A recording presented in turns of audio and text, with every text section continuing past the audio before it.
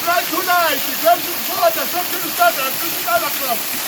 How can the boss the guy and the what you can see? The guy of the fiat. How? Come, man. Oscar Mako. Oscar Maba. Oh, no, no. Sanibona South Africa, sanibona nonke amakhaya. Hawu, ngifuna khona. Yona uhlelo lami namhlanje ngisemfuleni eMpophomeni angithi-ke phela njengoba ngumnikazi wey'thunywa ngumnikazi wamadlozi ngumuntu wamanzi ngijula kakhulu ngomthandazo ngumuntu womthandazo umthetho wami manje namhlanje ngizochazela abantu ukuthi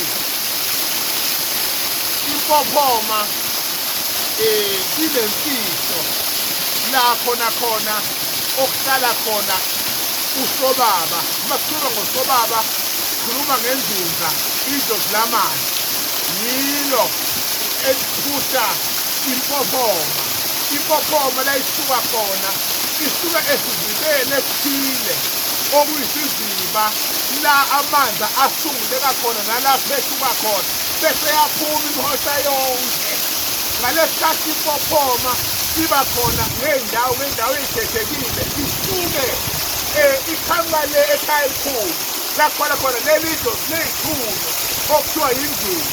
So-ke uma umuntu ehlushwa imithi imhlula ahamba inyanga ehamba izangoma kungalungi ikhona indlela yokususa izinto okuthiwa yimpophoma la khona umuntu ofika hlambuluke khona idlozi lakhe hlambuluke ngoba omunye uzosuswa amanzi amnyama ekhaya umndeni wawuphehlana namanzi ekhaya umndeni wawuphendula izinto zimbi bese eze empophomeni efika ngene empophomeni ngesikhathi engene empophomeni uyagezeka uyahlambuluka into zakhe zonke zibuyele esimeni ngoba amanzi lawo adinga inhlanzeko bese uyahlambuluka kukhanye kuvuleke one akuthi nombane la uyayihlambulula wena uyazilinda awuyingcolisi uyahlukana nezinto ezirongo